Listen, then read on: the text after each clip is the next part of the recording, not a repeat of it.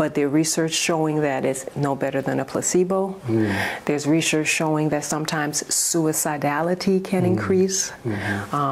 There's research showing that it's sometimes connected to different types of diseases if you use it for a long time. There's even one particular psychiatrist, Dr. Peter Breggin, who says that when you take these drugs for a long period of time, it actually alters your brain chemistry. Notice that I keep saying long periods of time, because there may be short-term periods where you know, it may be helpful to do that. But there's something we need to think about with these antidepressants. Now, I do want those listening to recognize that I don't want you stopping it immediately. Because if you're on it, you need medical supervision to get off of it. And don't just say, I'm going to do flax seeds and stop my Prozac. It needs to be a balance. It needs to be a balance. But fact or fiction, Dr. Parks? Fact or fiction? Well, I've heard people say that children, youth and adolescents, young adults, don't get depressed. That is definitely After all, fiction. what do they have to get depressed about? They have no bills to pay. They have no worries in the world. Why get depressed? 18 years old, 15 years old. Fact or fiction? That's definitely fiction. Is that right? Mainly because what I've just discussed earlier, the lifestyle factors. And then we're living in a more hectic world. You know, there are different things happening in families with children. I mean, our world is just different, and children are faced with a lot of stressors that in the days of yesteryear, they were not faced with. The interesting thing is children as young as 3 years old are now being diagnosed with depression. But you know where that's mainly coming from? It's coming from the maternal depression. The mother's emotional state when she was having the child can in turn be passed down to that child. And as young as 3. And usually with children, depression, you'll see it more in terms of irritability than just the sadness. That tends to be the hallmark factor with children. Well, that's an amazing fact. Yes. 3 years old. Yes, 3 years old being diagnosed with depression. As a parents listening or parents looking on, how could they spot depression in their child? Yes. What are some of the cues to look for? Increased irritability, them becoming more irritable than they used to be, maybe having problems with sleep, maybe getting angry more quickly, maybe isolating themselves and not interacting socially as much as they used to. Those might be some of the things they would see for a child with depression. Well, Dr. Parks, this has been so far a great discussion. I've already learned more than I've learned in my previous life on depression. I'm glad to hear that. So I'm looking forward to the second half of our interview, and we'll be right back.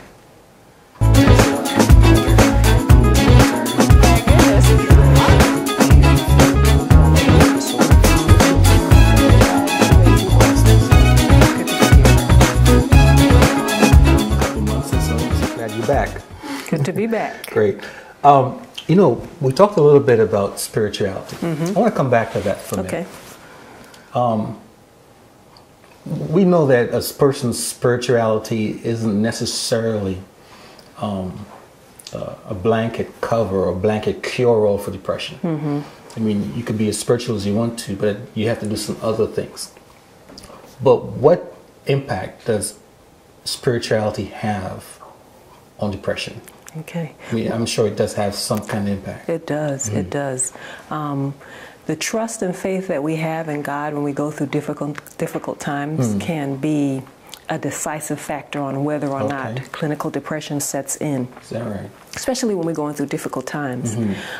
There was a study done by, I think it was Dr. Harold Koenig, and this is, again, my true science that I just love, and he found that people who had a personal commitment and relationship with God had a lower depression level than those who did not. And he called it intrinsic versus extrinsic religiosity. So all of these people he looked at were going to church every Sunday or Saturday, whenever you go to church, every Wednesday night or Tuesday night, doing all these activities. But it was the ones who not only did the activities, but had a personal commitment to God that had a lower depression. And then there's also been studies to show that many times when people are going through things such as cancer and all of that, and they have a connection with a church and is active in that church, their depression levels tend to be lower than those who are not. So there's some relationship there. I like that term, intrinsic versus extrinsic religiosity. Some big words. But what I really like about it is that it takes us beyond the form of religion, right. the ritualistic part That's of right. religion, into what really matters. That's right. Which is a connection. That's right. You know, I like to call that in some of the writings I do God connectedness, being connected to God. That's right. And that could happen anywhere. Anywhere. In church, out of church. Great. Let's talk a little bit about some symptoms. We talked a little bit earlier about Yes. symptoms in children. Are those some of the same symptoms in adults, or is it differ, or there's some? It's very similar. If Okay. you were to come into me, there's a 9-symptom checklist in my mind that I would Okay. use. I don't know Okay. if I could remember them off the top of my head, but I'll mention some of the major ones. Okay. One of the main ones that bring people to medical doctors is fatigue. Oftentimes people are fatigued and they go to their doctors and they say, Doctor, I've been tired so much lately. I don't know why. That's a clue for many astute medical doctors that there may be some depression going on. Okay. So that is definitely a symptom. Losing interest or pleasure in things that used to bring pleasure or interest to you. You might have been someone who liked to sew or cook or garden, and you no longer feel interested in doing those things. That's a possible sign of depression. Extreme sadness Okay. is a sign of depression. Getting too little sleep or too much sleep. Unaccounted for or unexplained weight gain or weight loss Okay. or weight length. So either way. That's right. Appetite. Losing appetite or gaining an appetite, suicidality, or not only suicidality, but just thoughts of death. I've spoken to people and they're always thinking about, what would it be like to die? And I wonder what people would say if I were gone. And so I've mentioned about 6 or 7, but usually it's 9. And if you have 5 or more of these symptoms within a 2-week period and you come into me and report that, I would diagnose you with what is known as major depressive disorder, which is clinical depression. And those are things that a person could observe in themselves. Yes, except for one of the symptoms I didn't mention, increased slowness. Usually you don't observe that. Yeah, Other okay. people will observe that about you. But the Slowness, rest, what does that mean? meaning that you just may be just moving slow Okay. or thinking more Dragging. dragging, Yeah. and you may not always notice that, but others may say, you know, you're not moving or thinking as quickly. What's going on? Well, I'm glad you shared that information with us, Dr. Parks, because not only is it going to be helpful in a person being able to self-diagnosis, but it also helps us as family members and friends to maybe help someone else Yes, who may be too depressed to even notice these that's changes right. in themselves. That's right. So we could be of service and help to family and friends with this Right, information. right. Great information. Yes. Great information. I will add, though, let's be careful with the self-diagnosis. Don't Yeah. put labels on ourselves. Yeah. We can have an idea something's going on, but then see someone to kind of confirm that. That's but that's a good point. Yeah. Yes. Maybe instead of us being self-diagnosis and trying to be shade tree psychologists. Ever heard of shade tree mechanics? Yes, I have. Yeah, So we don't want to be shade tree We don't. psychologists, though. right, Great. right. You know, in reading your book and listening to you as we talk, it's pretty evident to me that you have a very different and may I say maybe off mainstream approach to psychology. One of the therapies that you indicated earlier that was prevalent is talk therapy, but you seem to have a different take on that. I do. Tell us about that. You know, the best way to talk about that would be what I heard a scientist in nutrition say one time at a workshop I went to.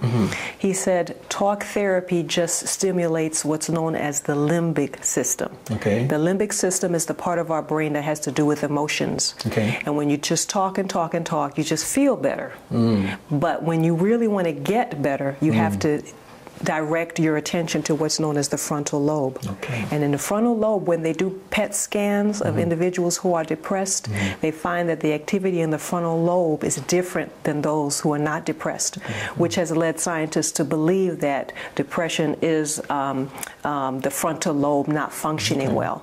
And that's why I love lifestyle, because many of these lifestyle things, exercise, eating the proper food, getting the proper rest, all of that helps the frontal lobe function better. Another thing that we did mention that I like to slip in there is television. When you do EEGs, or not the EEGs. I think those are the ones that measure the brain EKGs? waves. No, it's actually EEGs. Okay. They measure the brain waves. Okay. When you measure the brain waves of people who watch television a lot, and especially television that doesn't stimulate the mind in any way, there's a lot of that. there's a lot of that. And when they do that, they found that the activity of the frontal lobe is lower than those who are not doing that. And I've worked with people who are depressed and find that if I can pull them away from the TV and they not watch as much, sometimes some of the depressive symptoms will go away. So the point is, talk therapy is good because it makes us feel better, and it's good to talk sometimes. But for true healing to occur, you need to do things that's going to increase the frontal lobe. And actually, spirituality is centered in the frontal lobe too. So increasing the spirituality will also help with the depression. Great information. So there needs to be some more of a balance. Yes. As opposed to just focusing on one type of therapy. Exactly. Excellent. Exactly. Excellent. You know, Dr. Parks, you've touched on so many enlightening facts and information. I'm looking for a point for us to end, a good summary point. What would you say would be the one thing that we could do that would maybe reduce the likelihood of us suffering depression? One thing. That's difficult. If you had to pick one thing, I know that's that's difficult. a pop quiz. Oh, wow. If I had to pick one... and not to the exclusion of the others, yeah, but one more than the others. I think I would probably start out with maybe exercise. And I'm thinking of one of the psychiatrists that I don't know him, but I've heard about the book that he's written called Natural Prozac, and he doesn't put his patients on any antidepressants. He just has them on exercise programs. So if I had to choose one, but that's a difficult question. I think nutrition is probably the major factor, though. Great. But sometimes the nutritional changes are hard for people, but it's easier to get them out there exercising sometimes. Yeah. Well, I know we couldn't cover much in this short period.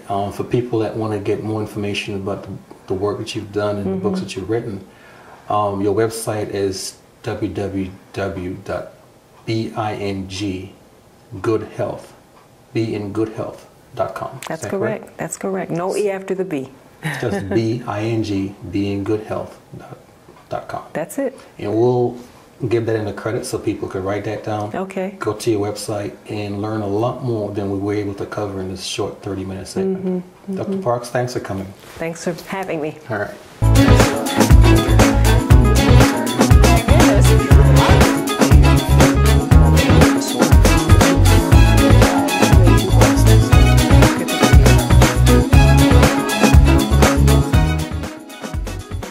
Well, there you have it. Today we were educated and enlightened on the next chapter. I'm Walter V. Murray, your host. See you next time. And remember, he who reads, leads.